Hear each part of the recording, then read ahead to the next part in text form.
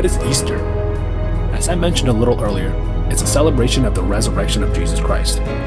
This holiday includes Easter sunrise services, Easter egg hunting, painting and dyeing of eggs, baking and eating hot cross buns. But unlike most other holidays, it doesn't fall on the same day every year.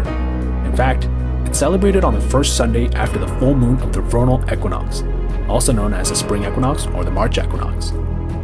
This means that Easter falls sometime between the end of March and April 25th. So why at this time? Why is Easter so closely related to the movement of the sun and the earth? That's because Easter originated as a pagan ritual. Linguistically, the word Easter shares its roots with Ostara, also known as Eostre or Ishtar.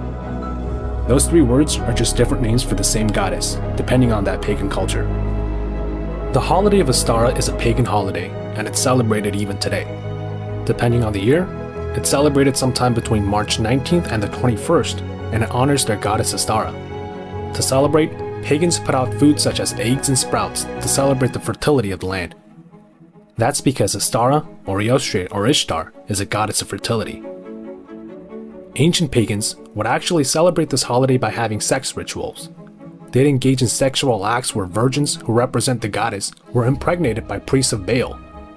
Yes, this is the same Baal, the sun god, that Moses and Elijah preached against.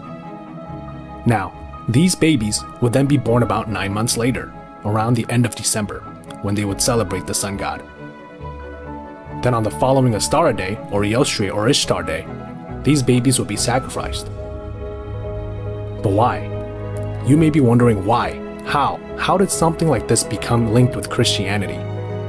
This all makes sense if you look at the history of the Catholic Church.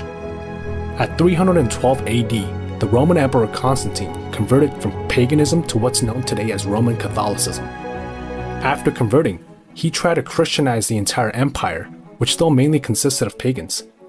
Of course, people don't just ditch their faiths that easily, and he knew this. So he incorporated several pagan holidays and traditions and made his own holidays. One of them is Easter.